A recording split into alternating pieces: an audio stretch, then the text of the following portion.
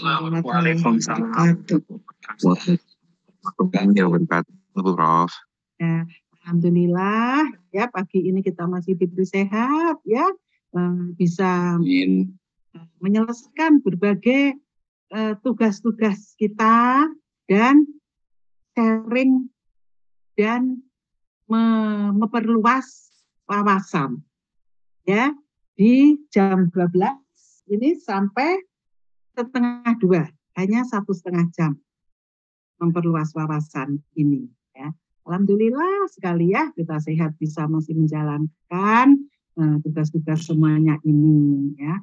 Nah, perlu kita ketahui bersama bahwa seminar demi seminar itu kita lakukan secara terus-menerus, kontinu di setiap bulan ya di S3 Akuntansi Trisakti dengan topik yang beraneka ragam, tentunya yang update ataupun yang belum ada di konsentrasi akuntansi seperti ini ANP ini ya, ini belum pernah ada Pak Asca. Iya, iya. Nah, ya jadi kami di sini tujuannya adalah untuk apa? Untuk selain memperluas wawasan, untuk mempertajam pola pikir ya, pola pikir dan untuk bisa diterapkan di disertasinya. Siapa tahu ini nanti di antara adik-adik mahasiswa ada yang mau memilih tentang judulnya syariah. Kami ada, ya dosennya tuh ada, ya dosen pembimbing, penguji ada, Bapak Ibu, ya adik-adik mahasiswa dan di sini kami perkenalkan untuk mengolah datanya ya secara ANP ya. Nah, di sini nanti diharapkan Bapak Ibu memperhatikan, menanyakan, memperdalam sendiri lagi ya ANP ini. ANP ini singkatan dari Analytic Network Process ya, proses untuk pengolahan data ya. Itu Bapak Ibu tujuan kita. Nah, kemudian tujuan akhirnya tentunya untuk publikasi dari adik-adik mahasiswa. Nah, sehingga memperluas lagi skop akuntansi syariah, Bapak Ibu. Nah, ya. Jadi tidak hanya akuntansi konvensional, tapi akuntansi syariah. Ini sudah banyak kakak-kakak angkatan kalian yang mengambil judul-judul syariah, Bapak Ibu, ya. Harap diketahui bersama, ya. Nah, untuk itu karena ini waktunya ya cepat banget ya. Sudah 10 menit ya, mungkin saya tidak perlu berpanjang lebar ya. Saya nanti persilahkan untuk Bapak Dr. Insinyur Ascarya ya, MBA MSc, ini dari Universitas Darussalam Gontor, Bapak Ibu ya. Ya, di sini juga di Institut Agama Islam Tazkiyah Bogor, begitu ya Pak Ascarya. Iya. Ya, mohon nanti diberikan sharing yang sekiranya bisa dipakai untuk adik-adik program doktor ini menggunakan metode ANP. Demikian. Nah, untuk itu Bismillahirrahmanirrahim, secara resmi seminar Introduction Analytic Networking Process resmi dibuka. Sok ya. Nah, silakan Bapak Dr. Ascarya untuk memulai sharingnya. Monggo, Pak. Baik, terima kasih Prof. Eti. Assalamualaikum warahmatullahi wabarakatuh. Waalaikumsalam. Waalaikumsalam warahmatullahi wabarakatuh. Selamat Alhamdulillahirrahmanirrahim. Allahumma sholli wa sallim ala nabiyina Muhammad wa ala alihi wa sahbihi ajmain. Amma ba'd. Bapak-bapak dan ibu sekalian, teman-teman dosen dan mahasiswa Sakti jurusan akuntansi khususnya, siang ini kita coba diskusi ya tentang metode penelitian yang namanya Analytic Network Process. Nah, ANP ini metode penelitian yang cukup fleksibel digunakan untuk di berbagai disiplin ilmu ya, termasuk akuntansi. Juga bisa bahkan ke ada yang kedokteran, ada di olahraga, itu ANP itu sangat fleksibel untuk digunakan. Nah, saya akan memulai dari introduction dulu. Kita tahu bahwa penelitian itu range-nya itu sangat luas ya, dari mulai yang sifatnya eksplorasi untuk menemukan sesuatu sampai menjadi teori, kemudian sudah jadi teori, kemudian ada penelitian yang di sebelah kanan yang sifatnya untuk melihat teori tersebut di lapangan, di dunia nyata, maka di situ ada melihat memprediksi atau melihat hubungan kausalitas yang akan menguji apakah teori tersebut berlaku atau tidak dengan hipotesis testing. Nah, ANP ini sebetulnya utamanya digunakan untuk di sebelah kanan untuk hipotesis testing, untuk menguji teori. Namun ANP ini nanti juga bisa digunakan di sebelah kiri dengan menambahkan Delphi ya. Delphi dengan ANP itu nanti akan bisa digunakan untuk yang sebelah kiri. Terutama kalau disertasi itu kan pasti harus ada novelty ya. Nah, kalau perlu ada novelty maka penelitiannya pasti ada yang ada kebaruannya, menemukan sesuatu yang baru, berarti dia lebih di sebelah kiri. Nah, kalau lebih di sebelah kiri nanti ANP ini bisa digunakan ditambah dengan Delphi yang sifatnya untuk mengkonfirmasi model yang dibuat. Model ANP harus memiliki dasar ilmiah, teori penelitian terdahulu. Nah, kalau teorinya sudah mapan, banyak studi sebelumnya, otomatis bisa digunakan rujukan. Tapi kalau belum ada, nanti bisa digunakan Delphi untuk memvalidasi model ANP kita. Nah, ANP itu berada di mana? Berada di sebelah kanan ya, tidak berada di statistical approach pada umumnya. Ini penelitian umumnya itu adanya di sini ya, statistical approach di sebelah kiri. Namun ANP itu sebenarnya ada di pendekatan sistem di sebelah kanan ini ya.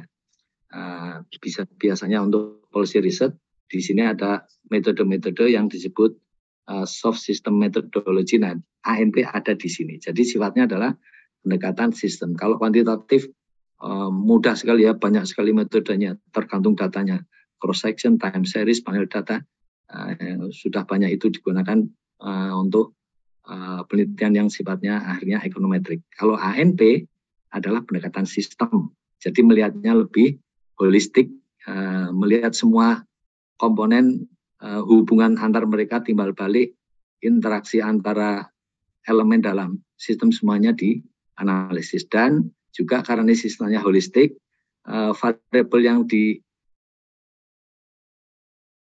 dimasukkan bisa banyak, lebih banyak daripada tadi misalnya penelitian paling bisa cover 10 variabel saja. Nah, ANP itu apa? Kalau kita ditanya ANP itu apa, ya otomatis satu, pendekatan sistem ya, menggunakan data kualitatif utamanya, tapi juga bisa menggunakan data kuantitatif. Sifatnya non parametrik karena tidak mengikuti hitungan-hitungan, tidak ada persamaan di fungsi dari yang itu tidak ada. Non Bayesian tidak, standar normality, hetero dan seterusnya tidak ada, yang merupakan proses pengambilan keputusan dengan kriteria banyak. Jadi ANP ini bagian dari multi kriteria decision making. Dengan kerangkanya yang umum, tidak banyak membuat asumsi-asumsi. Dulu ANP ini diciptakan oleh Sahati masih dalam bentuk AHP, Analytic Hierarchy Process. Gambarnya seperti yang di kiri. Jadi kerangkanya itu dalam bentuk klaster-klaster, dan di dalam klaster ada elemen, dan hubungannya selalu ke bawah. Ada tujuan, kriteria, subkriteria, dan alternatif. Nah, sekarang ternyata tidak semua masalah itu sifatnya hierarkis. Maka asumsi hierarkis itu dilepaskan oleh Saati, dan akhirnya bentuknya menjadi jaringan seperti sebelah kanan ini, jaringan feedback yang semuanya bisa saling interdependent. Semua klaster, semua elemen dalam klaster semuanya saling berhubungan. Ya, tidak hanya satu arah, tapi juga ada feedback balik ke klaster atau elemen tersebut, sehingga sifatnya sekarang saling interdependent. Jadi kalau kita melihat interdependensi ini, akhirnya semua klaster ini, kalau dikatakan ini variabel apa, ya mungkin mirip-mirip seperti kalau kita belajar vektor atau regression tuh ya, itu kan ada asumsinya kan semua variabel endogen, gitu kan. Nah ini mirip seperti itu ya, semua klaster ini jadinya endogen, saling interdependent. Mirip seperti itu ya dengan model jaringan ANP ini. Tidak ada yang independen sendirian, tidak ada, semuanya interdependent. Nah, sehingga kalau nanti sudah menggunakan softwarenya yang namanya Super Decision itu digambarkannya seperti ini ya.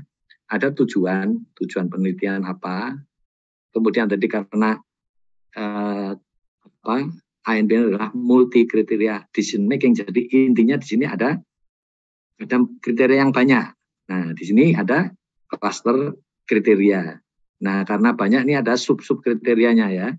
Kiri kanan ini adalah sub dari kriteria yang di tengah. Kemudian ada alternatif. Ini alternatif bisa alternatif kebijakan, alternatif apapun ya. Ini contohnya adalah alternatif model wakaf produktif ini ya. Dan semuanya tadi interdependent, sehingga semuanya terhubung. Elemen dalam satu klaster itu terhubung dengan elemen dalam klaster-klaster yang lain. Ini secara umum kerangka atau jaringan ANP. Ya. Kemudian di dalam ANP ini ada 3 landasan umum, namun 3 ini juga sebetulnya yang utama hanya 1 ya, yang utama. Yang ketiga, struktur hierarki ini sudah tidak berlaku lagi untuk ANP karena sudah strukturnya menjadi jaringan, tidak lagi atas ke bawah. Kemudian yang kedua, homogenitas. Pembandingan di dalam ANP ini membandingkan dua elemen membandingkan lebih baik, mana lebih baik dari yang lain, mana lebih penting dari yang lain, mana lebih berpengaruh dari yang lain, mana lebih disukai dari yang lain, dengan angka range 1 sampai 9. Jadi sebetulnya yang dibandingkan ini sudah lebih lebar 1 sampai 9 daripada misalnya sekedar skala Likert yang 1 sampai 5.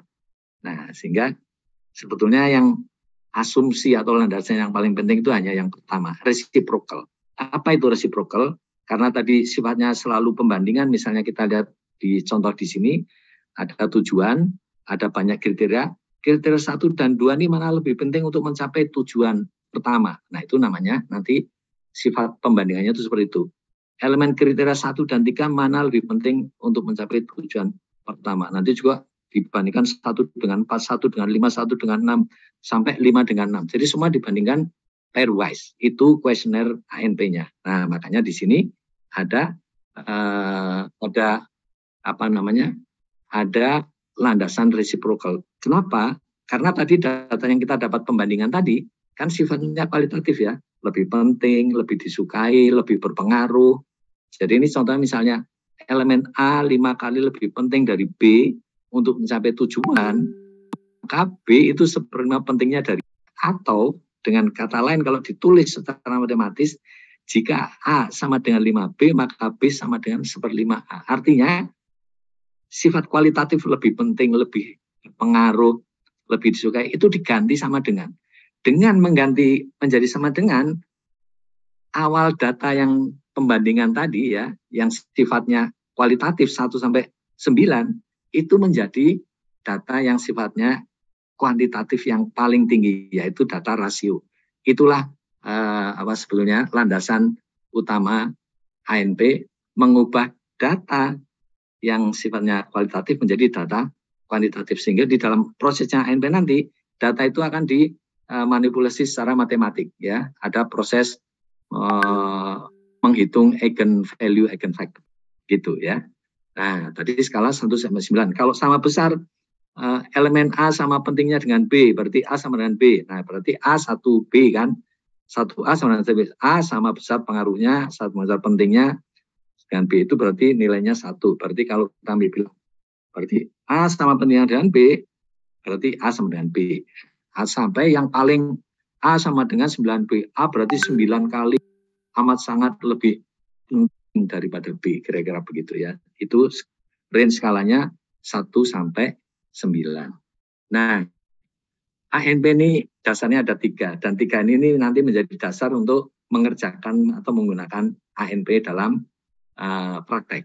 Ya, pertama dekomposisi. Dekomposisi itu menstruktur masalah. Masalah yang ada yang akan kita pecahkan itu distruktur, ya, didekomposisi menjadi klaster-klaster, menjadi elemen-elemen dalam klaster, kemudian klaster dengan klaster saling berhubungan, ada subklaster dan seterusnya. Sehingga nomor 1 ini adalah langkah untuk membangun model ANP sebetulnya. Dari langkah 1 akan terbentuk model ini. Jadi model ini adalah langkah 1. Atau kalau misalnya kita SEM, ya membangun model SEM-nya. Sama, mirip ya, ini di sini membangun model ANP-nya, dekomposisi. Setelah dibangun, nah ada penilaiannya tadi adalah pembandingannya 2-2. Namanya pairwise comparison. Penilaian komparasi. Komparasi 2-2 yang nanti semuanya dihitung secara detail satu-satu. Kemudian angka yang kualitatif tadi dikuantifisir dengan reciprocal tadi, masuk ke komposisi, dihitung semuanya, jadilah keluar hasil. Jadi mudah sekali ya sebenarnya ANP. Dekomposisi membuat model, kedua survei mencari datanya, komparasi kepada responden, respondennya harus responden ahli, ya, pakar dan praktisi. Setelah didapat data, dimasukkan ke dalam software super decision, dikomposisi lagi, disatukan, disintesis, keluarlah hasil.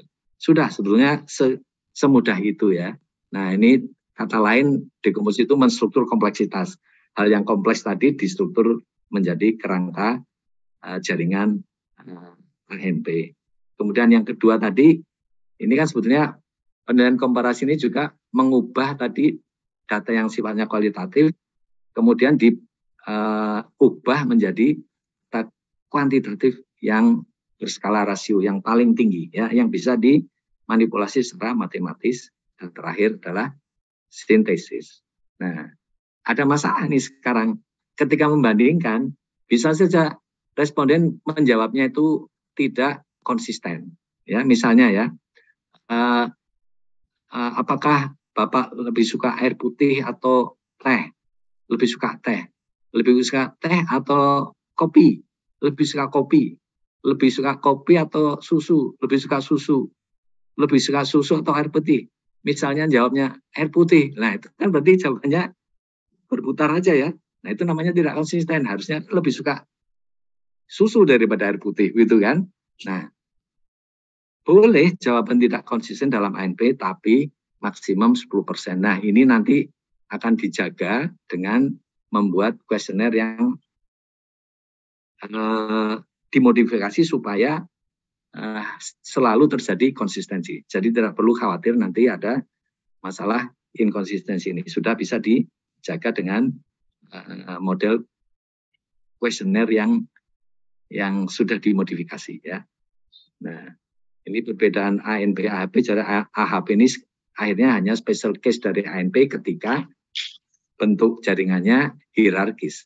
Dan AHP ini sebenarnya terlalu menjadi dia kurang stabil ya, karena sedikit aja berubah itu hasilnya berubah. Sementara ANP karena ada loop, ada feedback bolak-balik, itu hasilnya menjadi lebih stabil dan akhirnya jadi lebih objektif. Nah, yang penting ini tadi 3 fase tadi, dasar landasan ANP yang 3 tadi, itu menjadi 3 fase dalam kita menggunakan ANP dalam suatu penelitian. Jadi pertama tadi dekomposisi itu adalah tujuannya untuk membangun model, mengkonstruksi model ANP-nya ya. Yang fase kedua tadi kuantifikasi, karena nanti data yang kualitatif kemudian diubah menjadi kuantitatif, datanya didapat dari survei. Kemudian setelah itu dimasukkan, dianalisis, disintesis, mengeluarkan hasil. 3 langkah utama inilah sebetulnya langkah-langkah ANP. Dan 3 ini selalu ya, peneliti ini selalu bertemu dengan responden ya. Respondennya ini harus yang ahli ya. Tadi ada 2 sisi. Satu pakar yang jawabannya atau pandangannya lebih normatif dan idealis. Sementara praktisi itu yang lebih pragmatis dan kritis. Ya. Sehingga kita mempunyai spektrum jawabannya mulai dari yang idealis sampai yang pragmatis. Karena memang tidak semua hal yang normatif idealis itu bisa diterapkan di lapangan. Nah, maka kita perlu jawaban juga dari para praktisinya. Ya. Nah, oke, sekarang masuk ke konstruksi model. Ya. Konstruksi model ini otomatis kita diawali dengan tinjauan literatur. Penelitian apapun pasti kita mengawali dengan tinjauan literatur. Nah, namun di sini kalau misalnya kita melakukan penelitian dengan SEM, tinjauan literatur ini sudah cukup ya untuk membangun SEM ya.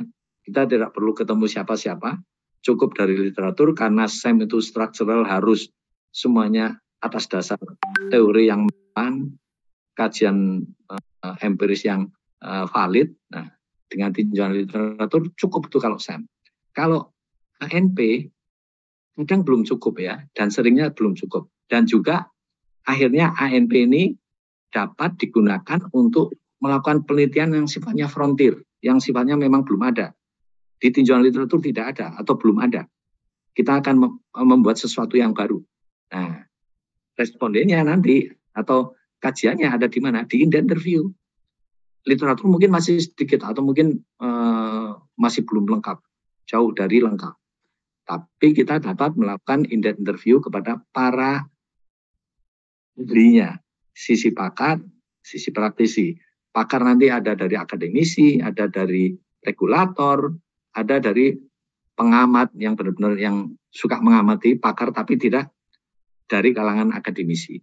Ya, kalau praktisi ya pelakunya, misalnya tentang perbankan ya berarti pelaku perbankan yang ahli di bidangnya. Tentang apa? Tentang accounting, tentang auditing, tentang apapun ahlinya yang menjadi responden, bukan yang struktur jabatannya paling tinggi, bukan ya. Ahli di sini adalah biasanya malah staf ahli itu ya, bukan yang menjabat di struktural ya, yang menjadi responden. Nah, dengan interview ini peneliti akan mendapatkan knowledge yang luar biasa banyak yang tidak didapatkan dari tinjauan literatur. Karena tinjauan literatur paling tidak itu pasti sudah lalu ya.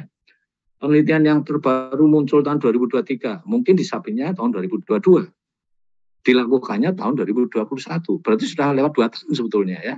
Sudah lewat 2 tahun. Nah, interview ini sangat bermanfaat untuk menutup gap tadi. Kalau penelitiannya itu sudah banyak. Tapi kalau yang sifatnya frontier, apalagi penelitian juga tidak ada atau sangat jarang, maka interview menjadi yang utama. Nah, bisa juga melakukan FGD, tapi FGD ini mahal ya. Mereka para pakar dikumpulkan diskusi. Tapi ini mahal. Kalau untuk mahasiswa mungkin cukup interview saja ya. Lebih murah, tapi juga akhirnya lebih lama karena satu demi satu kita kunjungi ya ke mereka, diskusi 1-2 jam, namun manfaatnya jauh lebih banyak karena knowledge dari para pakar praktisi tadi akan dapat diserap oleh peneliti dengan penuh gitu ya. Bayangan kalau kita mempunyai responden 10 pakar, 10 praktisi, itu penelitiannya juga akhirnya menjadi ahli juga. Nah, setelah tinjauan literatur dan interview, tadi puzzle yang tidak jelas nih, bayangan belum ada, lama-lama menjadi jelas, puzzle-nya menjadi kelihatan. Oh, gambarnya ini. Nah, itulah kalau sudah gambarnya sudah kelihatan, peneliti bisa mengkonstruksi model atau jaringan ANP-nya. Dibuat model, dibuat di super decision software-nya tadi, jadilah dia jaringan ANP seperti yang tadi digambarkan di sini contohnya. Ya, ini adalah hasil dari langkah pertama. Nanti setelah model ini sudah, jaringan ini sudah dapat, ini sebenarnya otomatis ada pertanyaan ya. Ini langsung begitu ada hubungan, itu kuesioner sudah terbentuk secara otomatis. Ya, sama saja dengan SAM. Begitu membuat hubungan antar latent variable, di situ ada yang harus dijadi hipotesis. Setiap klaster mempunyai indikator, itu jadi pertanyaan dalam surveinya. Mirip juga seperti itu ya. Begitu ini ada hubungan, ada pertanyaannya yang harus dijawab. Pairwise yang harus dijawab. Nah, itu adanya di langkah kedua. Kita mendesain kuesioner, sebenarnya kuesioner secara otomatis sudah ada, tinggal kita keluarkan dari super decision dalam suatu lembaran yang lain gitu ya, dalam bentuk PPT atau dalam bentuk Word ya, boleh-boleh saja, tapi biasanya lebih manis dalam bentuk PPT gitu ya. Kemudian ini nanti kita kuesionernya kita sederhanakan supaya jawabannya tadi selalu konsisten, karena perlu ya, konsistensi ini adalah mutlak. Seperti kalau di dalam regresi itu F besar statistiknya itu harus signifikan. Nah itu ya, konsistensi dalam ANP itu fungsinya seperti F statistik gede itu ya. Dalam persamaan ini F besarnya itu harus signifikan. Nah inilah dalam ANP itu adalah konsistensi, harus konsisten. Jadi itu harus benar-benar dijaga. Nah kalau untuk yang belum pernah menggunakan ANP, perlu uji coba dulu nih supaya ngecek apakah kuesioner ini sudah bisa digunakan, diuji coba kepada salah satu responden. Kalau sudah, ya, maka kita bisa survei ke responden-responden lain. Sudah dikumpulkan, misalnya sudah 10 pakar, 10 praktisi mengisi kuesioner, kemudian kita kompilasi di fase 3 ini, kompilasinya mungkin cukup di Excel saja, nanti geometrik min pakar, geometrik min praktisi kita hitung, geometrik min keseluruhan kita hitung, kita masukkan ke dalam jaringan ANP seperti tadi, yang masing-masing mempunyai satu ya, pakar satu jaringan ya dengan geometrik hasilnya, kemudian praktisi juga satu jaringan ini, kemudian pakar plus praktisi digabung juga satu jaringan. Jadi nanti kita mempunyai 3 hasil, satu hasil pakar, satu hasil praktisi, satu hasil gabungan pakar praktisi. Nah dari situ nanti kita akan mendapatkan jawaban spektrum dari yang idealis begini, kalau yang pragmatis begini, kalau digabung jadinya begini. Kalau nanti dianalisis, ya begitu. Itu kira-kira langkah-langkah ANP. Jadi kalau di langkah pertama itu ketika kita sudah melakukan review literatur, in-depth interview, itu nanti kita akan membuat 3 hal. 1, mencatat nih semua rangkuman masalah penelitian ya. Semua yang kita dapat dari pakar tadi kita catat dan sudah kita bayang-bayang kita nanti modelnya seperti apa, klasternya apa, elemennya apa, terus dicatat terus ya sampai responden terakhir, misalnya responden 20 tadi. Dari sana kita buatkan model ANP-nya dan kemudian dimasukkan ke dalam super decision menjadi jaringan ANP ya. Jaringan ANP kemudian nanti survei. Ini kedua nih, survei pairwise comparison kepada responden, kelompok pakar, kelompok praktisi, kemudian digabung tadi, akhirnya kita masukkan ke super decision, jadilah nanti keluar hasil 3 tadi. Kelompok pakar, kelompok praktisi, kelompok pakar dan praktisi. Ya. Nah, ini langkah pertama, model construction. Di sini adalah sebenarnya langkah yang pertama ini tadi ya, detail dari kursi model untuk membangun jaringan ANP atau model ANP ya. Nah, tadi kita melakukan literatur review dari landasan teori masalah, studi empiris, atau mungkin sudah ada yang menggunakan ANP, kemudian kita in-depth interview, kepada akademisi, kepada pakar, kepada regulator, kepada praktisi. Ya. Kemudian kita membuat rangkuman masalah penelitian. Rangkuman ini kemudian kita buatkan model ANP-nya dan akhirnya kita buatkan jaringan ANP Super Decision. Jadi hasil dari model konsep itu ada 3, rangkuman masalah penelitian, model ANP, dan kemudian jaringan ANP. Rangkuman seperti apa? Seperti ini ya. Ini contoh penelitian tentang ini root cause of financial crisis in Islamic perspective. Contohnya ini ada cluster misbehavior. Krisis disebabkan oleh misbehavior. Apa saja? Ada greediness, individualism, dan seterusnya. Ternyata ini anunya banyak, literaturnya banyak. Ya. Nah, kalau literaturnya banyak, jangan-jangan kita tidak perlu interview ya. Nah, tapi ternyata perlu ya. Kadang-kadang kita menemukan elemen ini ya. Mungkin yang kita temu sudah nemu. Tapi kadang-kadang ketika kita datang ke responden, ada yang baru. Nah, yang baru ini kemudian kita cek dulu. Kita cek ke literatur lagi. Ternyata ada masukan. Walaupun nggak ada juga dimasukkan tetap ya. Tapi kita cek lagi, jangan berhenti serial begitu ya. Kalau kita mendapatkan sesuatu yang baru, kita tetap cek ke literatur. Jangan-jangan kita dulu kelewat waktu baca literatur belum komplit gitu kan. Nah, bolak-balik ya antara literatur review dan interview. Lama-kelamaan ini menjadi komplit dan mungkin juga literaturnya juga komplit ya. Ini kebetulan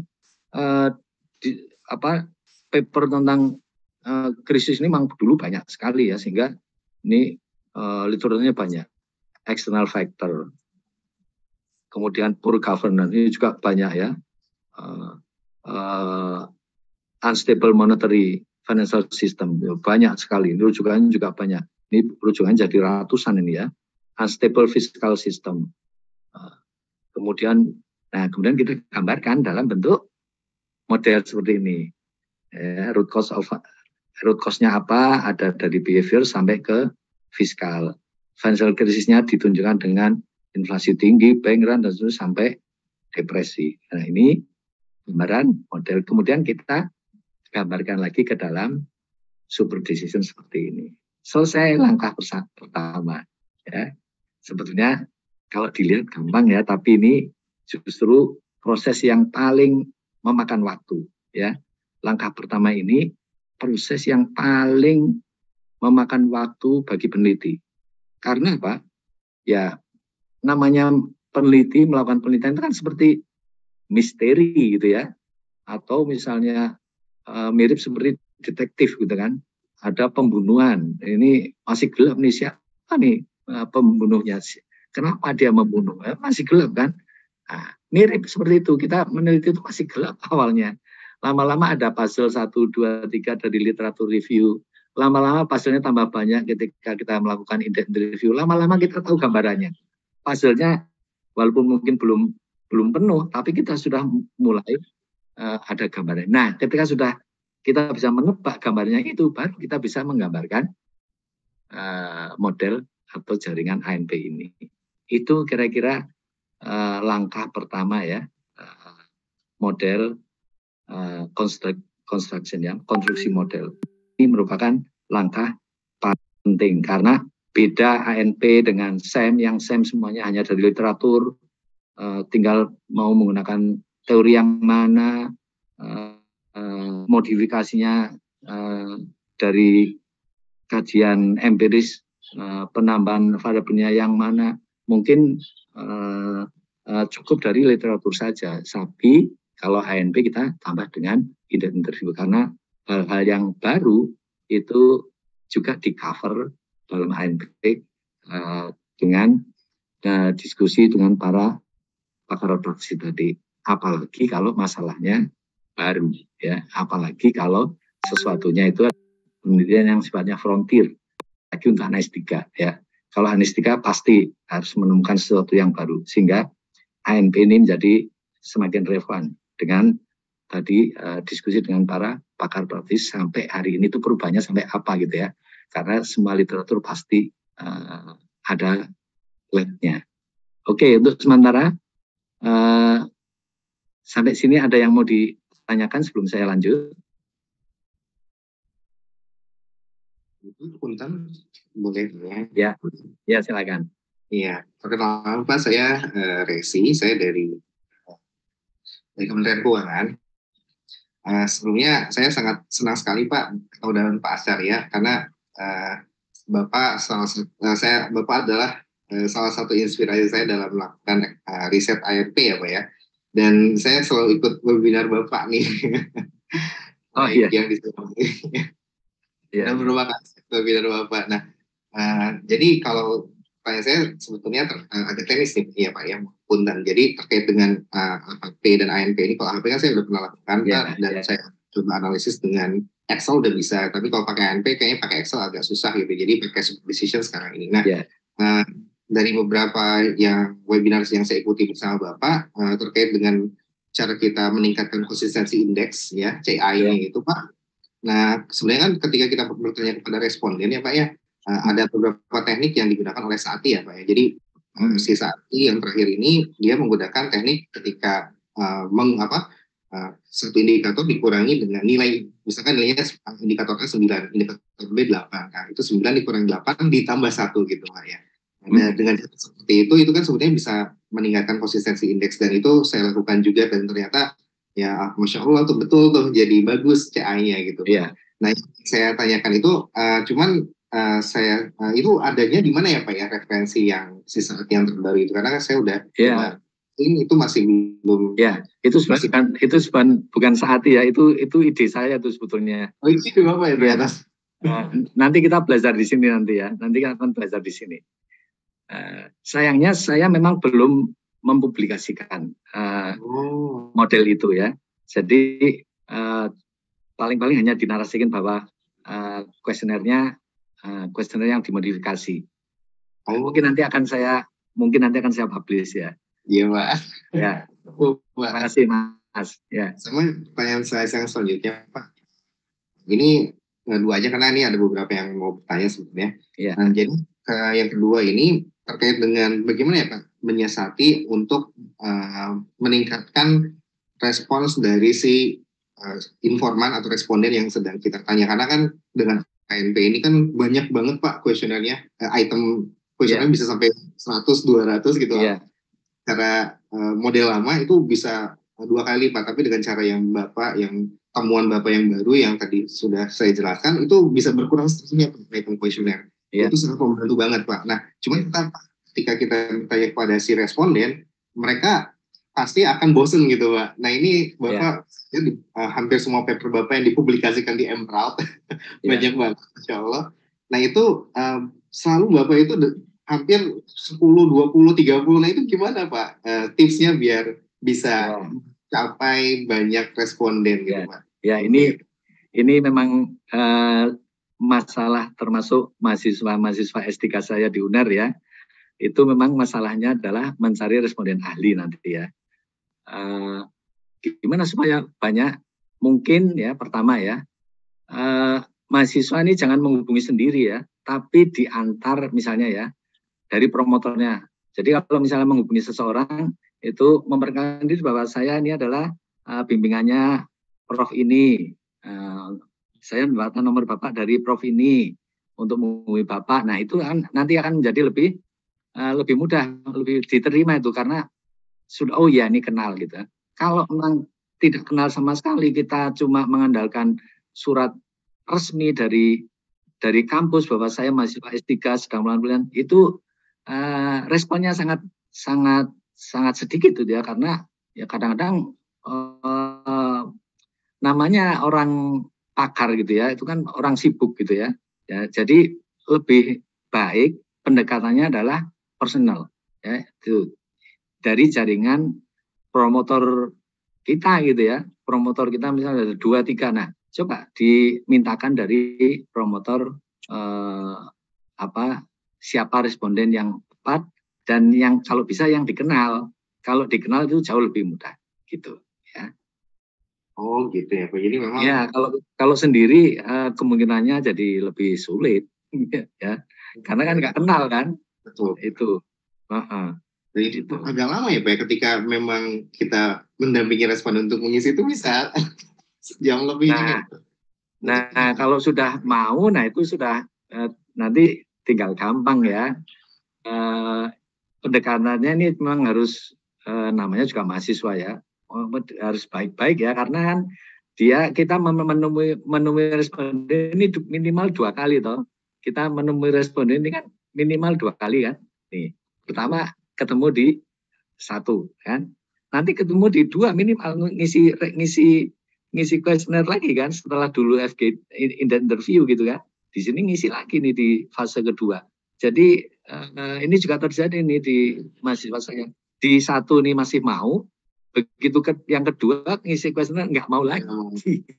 Nah, ini harus hubungan harus dijaga nih ya, ketika masih di interview. Intinya mahasiswa harus baik-baik ini sama responden. Ini harus dijaga hubungannya. Apalagi nanti mungkin kita di ketiga juga sebetulnya masih perlu ya, minimal yang paling paham itu untuk kita tanyakan lagi ke beliau. Gitu ya. Baik-baik berhubungan dengan responden gitu ya. Jadi memang kuncinya adalah kesabaran dan memang harus menjaga network dengan respondennya Pak. Network, iya. Betul ya. Gitu ya. HP ini luar biasa Pak. Nggak, kalau SMPLS itu kan sekali kuesioner udah beres. Kalau ini kan harus berulang-ulang. Iya. Banget gitu ya Pak ya. Betul. Iya betul. Dan tapi ini bedanya ya, kalau SEM itu kan kita tidak mendapatkan feedback sama sekali kan, bagi peneliti hanya jawaban responden saja kan. Coba kalau ANP ini si peneliti itu menjadi pinter nanti, menjadi ahli karena diskusi di sini. Di fase 1 ini diskusi luar biasa di sini nih. Sehingga lama-lama si peneliti itu menjadi ahli juga karena ketemu 10 pakar, ketemu 10 praktisi. Bayangkan, itu knowledge mereka kita serap semua nih sebagai peneliti. Jadi khususnya nih kalau mahasiswa S3 ingin jadi ahli di bidangnya, nanti di disertasinya gunakan saja ANP, nanti akan jadi ahli sendiri. Gitu ya. Terima kasih Pak Azaria atas waktu dan jawabannya. Silakan Richard. Izin bertanya, Iya. Richard dari Surabaya. Oke, tadi saya mau menanyakan yang mengenai pakar tadi Pak. Saya masih pakar itu kriterianya seperti apa? Apakah harus atau jabatan dan lainnya untuk cek dengan praktisi. Lalu keduanya, penelitian ANP ini cocok untuk topik apa aja ya? Soalnya tadi kan kebanyakan saya pikirnya itu cuma syariah, tapi pastinya itu tapi kan model-model itu sendiri kelebihan dan kelemahan. Ini model ANP kira-kira cocok untuk topik akuntansi apa? Terima kasih. Baik. Jadi pakar itu adalah orang yang ahli di bidangnya. Nah, ahli ini tidak dalam posisi menduduki jabatan struktural, ya. Misalnya nih di perbankan itu pasti ada pengamatnya tuh ya, ada ahlinya tuh, pakarnya. Nah, tiap bank besar pasti punya ahlinya. Nah, itu dia pakarnya itu. Gitu. Dia pasti kebanyakan posisinya adalah fungsional, bukan struktural. Dan dia biasanya sudah menggeluti bidang itu lebih dari 10 tahun. Gampangannya begitu. Ya. Nah, pasti dia udah jadi ahli ya memang karena bergelut di situ selama 10 tahun lebih gitu kan. Nah, kalau di akademisi gampang. Dia jurusannya itu misalnya ya. Kemudian interest penelitiannya di bidang itu. Kemudian di sininya publikasi di jurnalnya tentang itu. Misalnya Richard nyari apa? Nyari tentang auditing atau apa ya. Lihat aja tuh tulisan-tulisan paper-paper yang di Scopus itu, siapa nih ahlinya? Yang Indonesia gitu kan. Kamu tuh. Nah, dia itu ahlinya. Nah, kalau praktisi ya berarti dia yang ini kita tentang perbankan, tentang mau apa?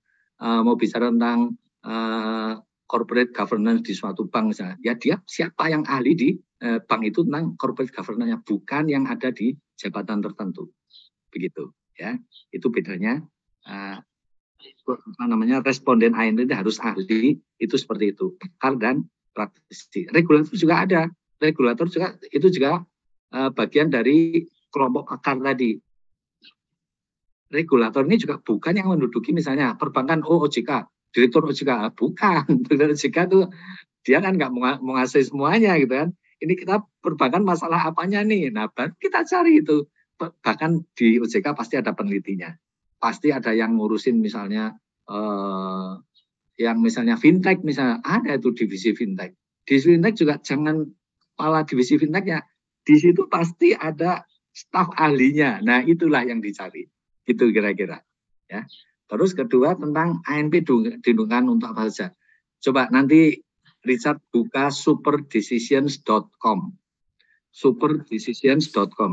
Di situ itu luar biasa ya, saya juga tadinya juga nggak ngira itu ANP ini bisa digunakan hampir di semua disiplin ilmu ya, psikologi ada, olahraga bahkan ada, segala macam ya ada, apalagi cuman ekonomi, keuangan, akuntansi, oh banyak gitu, ada semua gitu ya, gitu kira-kira.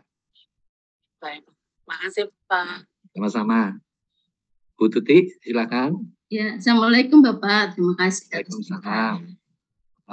Izin Pak, ini menarik sekali terkait dengan metode penelitian yang menurut saya baru tahu gitu ya Pak. Ya. Kalau dilihat di sini kan datanya itu dari hasil wawancara ya Pak ya, dari wawancara. Nah, kalau yang selama ini yang kita lihat itu kan kalau wawancara tertutup gitu, yang jawabannya sudah diberikan jawaban gitu. Nah, kalau ini kalau saya lihat kelihatannya buka ya Pak ya.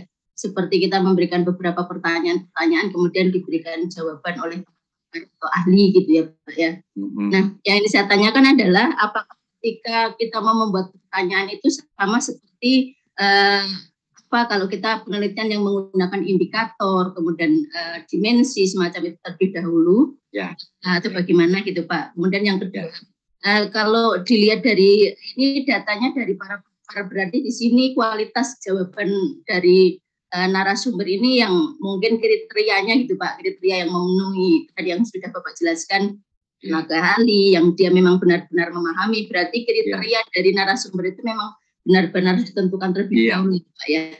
Demikian Pak, terima kasih. Assalamualaikum. Waalaikumsalam warahmatullahi wabarakatuh. Jadi 2 kali nih Bu Tuti kita ketemu responden, paling tidak 2 kali. Pertama di fase 1. Di fase 1 ini memang indikator ini terbuka ya, terbuka, kita cuma nyatetin aja tuh tadi, membuat rangkuman sendiri. Namun setelah menjadi model ANP ya, menjadi jaringan ANP Super Decision yang tadi contohnya adalah ini ya, ini menjadi kuesioner itu ini tertutup dan nanti kita belajar nanti ya, itu adalah di langkah kedua ini ketemu lagi kita dengan survei ini kepada responden ini adalah pertanyaannya sudah tertutup. Jadi yang di fase 1 itu terbuka untuk membangun model. Setelah model jadi, kuesionernya otomatis sudah terbentuk, kita kembali lagi ke mereka dengan pertanyaan tertutup yang sifatnya pairwise comparison tadi. Jadi ada 2 ya, terbuka di fase 1, tertutup di fase 2. Begitu ya. Ada lagi pertanyaan? Yang tadi Pak, apakah kita menentukan indikator dan dimensi sebelum membuat kuesioner? Mohon izin Bapak. Nah itu kuesionernya sudah tertentu di sini nomor 2 ini. Kuesionernya tertentu, namanya kuesioner pairwise. Nanti akan kita belajar nanti setelah fase 1 ini kita nanti lihat kuesionernya. Nanti kita akan sampai ke sana. Oh baik Pak, terima kasih Pak. Ya, ada lagi yang lain atau kita lanjut? Baik ya, lanjut ya. Jadi konstruksi model tadi sudah ada rangkuman penelitian menjadi model menjadi jaringan ANP. Nah, namun jaringan ini juga banyak macamnya ya. Ini model beberapa bentuk model ANP ya. Model ANP ini 1001 macam. Tapi yang umum digunakan itu ini ya, 1 model sederhana. Sederhana itu ya seperti tadi, hanya objektif, ada kriteria banyak, kemudian alternatif. Ini model paling sederhana, paling umum. Sehingga kalau kita mau digambarkan ke supervision, kita gambar nih objektifnya. Karena kita mempunyai 6 tadi kriteria, ya, kita gambarkan juga 6, tapi di kiri kanan di sini 6 kriteria.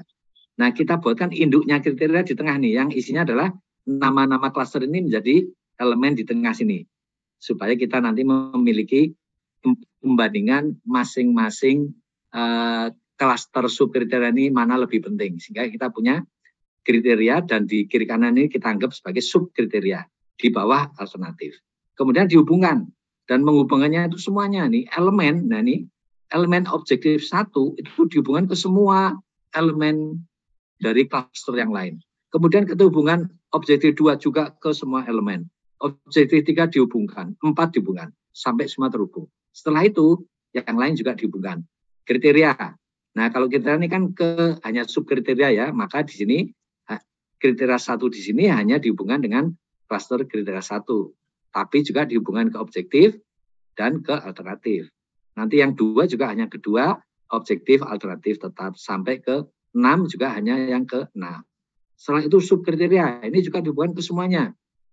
Tapi tidak perlu dihubungkan ke tengah sini ya, karena ini kan induknya. Jadi tidak perlu dihubungkan ke sini. Tapi ke yang lain harus dihubungkan. Kemudian dari alternatif juga dihubungkan ke semua. Akhirnya kita membuat jadi jaringan ANP seperti ini. Ya. Nah, ini contoh model sederhana. Ada model lain? Ada.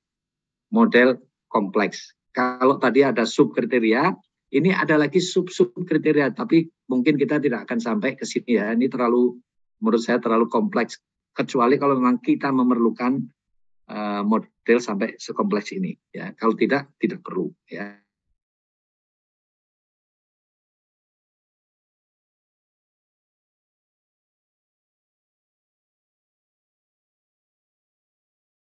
Loss, opportunity, dan risk. Ya, benefit itu keuntungan saat ini, opportunity adalah potensi benefit di masa depan. Cost adalah cost saat ini, risk adalah potensi cost di masa depan. Nah, jadi nanti ada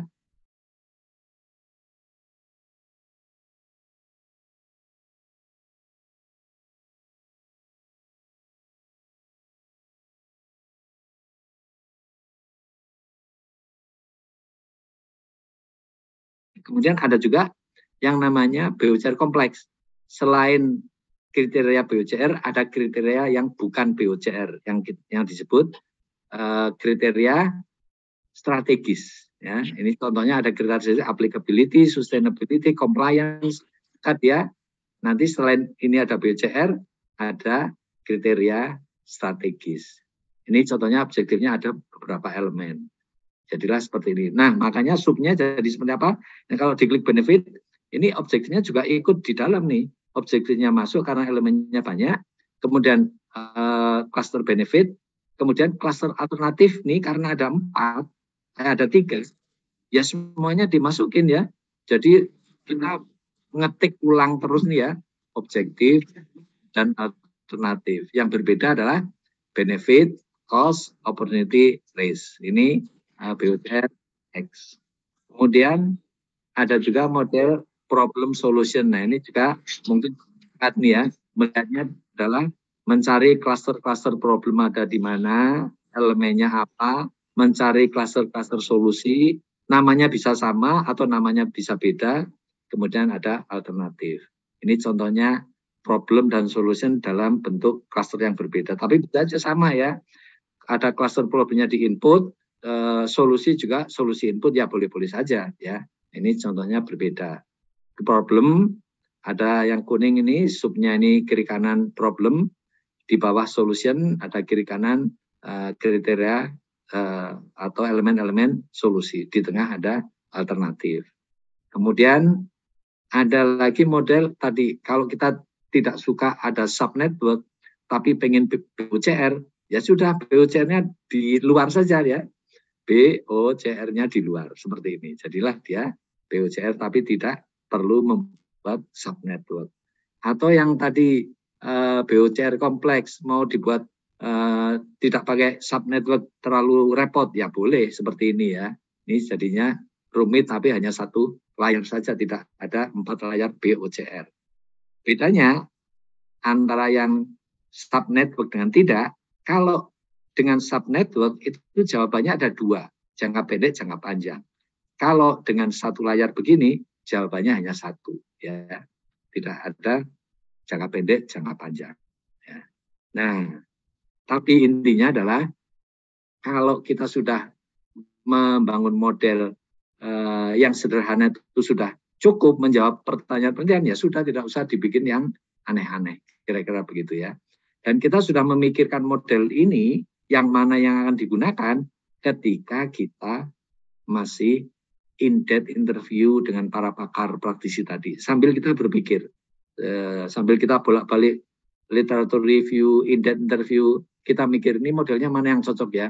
Apakah problem solution atau model sederhana saja, atau BOCR, atau BOCR kompleks, atau yang apa gitu ya. Langsung itu sudah dipikirkan ketika ketemu pakar praktisi dan literatur. Karena ujungnya adalah sudah membangun model kan, jadi harus dipikirkan sambil jalan ya. Nah, sekarang yang kedua ini baru kuantifikasi tadi, survei ya. Kita survei kepada kelompok pakar dan praktisi. Tapi sebelum survei, kita membuat dulu kuesionernya ya. Kuesioner Perwas ini adalah sebetulnya aslinya sudah ada nih, contoh ya, misalnya ini tadi contoh ya. Kuesionernya sudah ada nih, terbentuk di dalam supervisionnya. Misalnya ini ada hubungan antara objektif dengan kriteria ya. Objektif 1 dengan kriteria. Kriterianya ada 6. Berarti ada pembandingan untuk mencapai objektif 1, mana lebih penting, kriteria 1 atau 2, 1 atau 3, 1 atau 4, 1 atau 5, 1 atau 6, 2 atau 3, 2 atau 4, 2 atau 5, 2 atau 6, 3, 4, 3, 5, 3, 6, 4, 5, 4, 6, 5, 6. Berapa jumlahnya? 5, 4, 3, 2, 1, 15. Ini ada semua pertanyaan ini ya. Comparison with respect to objektif 1. Dengan cluster kriteria. Mana lebih important ya? Kriteria 1 atau kriteria 2? Mana lebih important untuk mencapai objektif 1? Kalau lebih penting yang kriteria 1, jawabannya di biru. 1 sampai 9 tadi ya. Kalau sama pentingnya di 1 ya. Kalau lebih penting yang kriteria 1 berarti jawabnya di kliknya sisi biru. Kalau yang lebih penting itu yang kriteria 2, jawabnya di 11. Ya. 1 dengan 2 nih yang baris pertama. 1 dengan 3 baris kedua. 1 dengan 4 baris ketiga. Terus nih ya, 1, 4, 1, 5, 1, 6 habis. Ya, baris 5 ini 1 dengan 6 habis kan? Mulai baris ke-6 nih, mulai elemen kriteria 2 nih. 2 dengan 3, 2 dengan 4, 2 dengan 5, 2 dengan 6. Mulai 10 elemen 3 nih. 3, 4, 3, 5, 3, 6 habis. Nomor 12, 13 berarti 4, 5, 4, 6. Terakhir 5, 6. Jadi ini ada 15 pertanyaan. Kalau jawab begini saja, kemungkinan inkonsistensi naik tinggi. Ini ada di sebelah kanan atas ini, menunjukkan angka inkonsistensi. Kalau udah dijawab nih muncul nih. Padahal maksimum tadi 10%. 10% berarti 0,1. Tidak boleh lebih dari 0,1. Berarti harus 0,09999 itu paling tinggi. Ya kan? Nah, makanya ini selalu dipantau nih. Nah, daripada jawab langsung ini, maka kita buatkan kuesioner seperti ini. Ya, dibuatnya sekarang tadi objektif 1 kan, kriterianya ada 6. Sudah, seberapa penting pengaruh dari elemen kriteria 1 sampai 6 untuk mencapai objektif.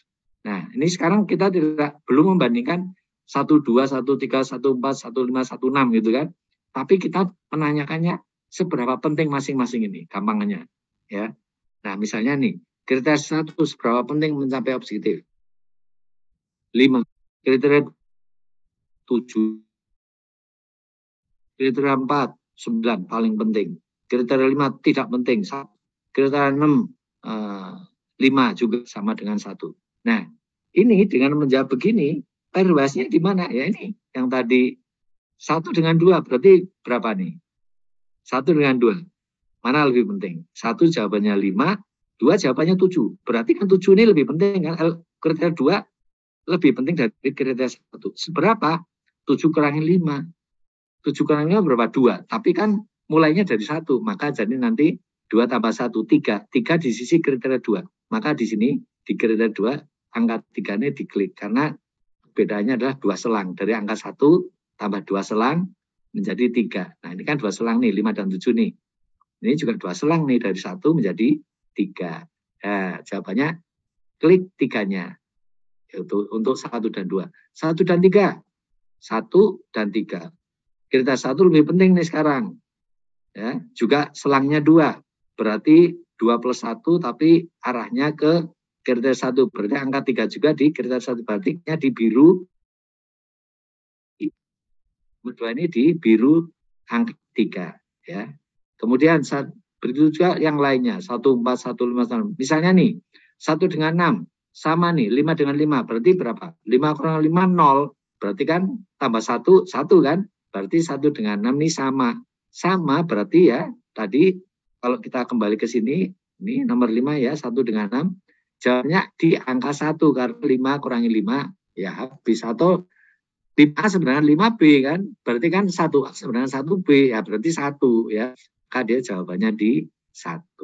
Demikian seterusnya ya. Sehingga dengan jawaban ini, kita mempunyai 15 jawaban. Nah, yang penting adalah ini ya, pastikan responden itu diminta. Coba Bapak atau Ibu responden, mana yang paling penting? Suruh dikasih angka paling tinggi. Misalnya dia bilang, kriteria 4 paling penting, ya, kasih dulu angka 9. Terus mana yang paling tidak penting nih dari 6 ini? Kriteria 5 kayaknya, ya kasih yang paling rendah, 1 atau 2. Orang Indonesia itu ya, paling tidak senang tuh menulis atau menjawab di angka ekstrim ini. Nah, kalau kita biarkan menjawab, itu nanti jawabannya sekitar 4, 5, 6 ya, atau paling minggir paling 3 sampai 7. Nah, agak sedikit dipaksakan responden untuk menggunakan semua range 1 sampai 9. Kalaupun enggak, 8 gitu ya. Itu caranya. Kalau enggak, mereka tuh nanti pasti jawab di sekitar 5 tuh. 4, 5, 6, 4, 5, 6 nanti ya kurang bagus saja, enggak kelihatan gitu ya. Nah, sudah, ini kita sederhanakan lagi daripada ini banyak kosongnya. Ini kan jawabannya 5, 7, 3, 9, 1, 5. Ya sudah, buat satu kolom saja, 5, 7, 3, 9, 1, 5. Gini kan. Sekarang di sini bisa untuk objektif kedua. Ini bisa untuk objektif 4. Sehingga sekali hubungan ini, objektif 1, 2, 3, 4 ke kriteria terjawab. Ya, karena kita sudah memiliki 1, 2, 3, 4. Dan ini kalau jawabannya menyamping, ini adalah jawaban apa? Jawaban dari kriteria ke objektif. Jadi anak panah ke atasnya ini pun terjawab. Ya. Jadi dengan satu pertanyaan ini, satu slide ini, itu sudah menjawab hubungan bolak-balik semua elemen objektif yang 4 ke 6 kriteria, dan juga hubungan antara 6 elemen kriteria ke 4 elemen objektif. Nah, inilah yang disebut kuesioner sederhana yang mudah dan juga selalu konsisten, karena jawaban hasilnya adalah kita banding-bandingkan 5 dengan 7, 5 dengan 3, 5 dengan 9 gitu kan. Termasuk tadi kalau dibalik ya, kriteria terhadap objektif. Ini 5 dengan 8, 5 dengan 6, 5 dengan 2, 8 dengan 6, 8 dengan 2, 6 dengan 2. Nah, inilah dasar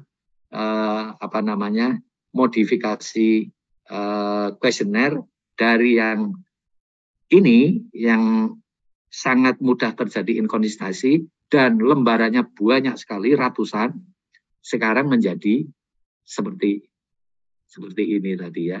Ini sangat menyederhanakan yang tadinya banyak sekali itu menjadi sangat sedikit ya. Ini contohnya tadi kuesioner yang ini misalnya, ini ada kuesioner sebenarnya banyak sekali ya. Contoh ini penelitian ini ya yang tadi itu dari 3.300 pertanyaan yang tadinya ratusan halaman itu menjadi hanya 36 halaman. 36 halaman kalau kita buat satu halaman itu 4 PowerPoint seperti ini ya. 4 ini kan berarti kan cuma membutuhkan berapa? Dibagi 4, 36 bagi 4, cuma 9 halaman. Kalau itu bolak-balik, cuma 5 lembar gitu kan, akhirnya cuma sedikit. Nah itu ya. Jadi penyederhanaannya seperti itu. Jadi responden tidak terintimidasi dengan banyaknya kuesioner. Kuesioner jadi sedikit.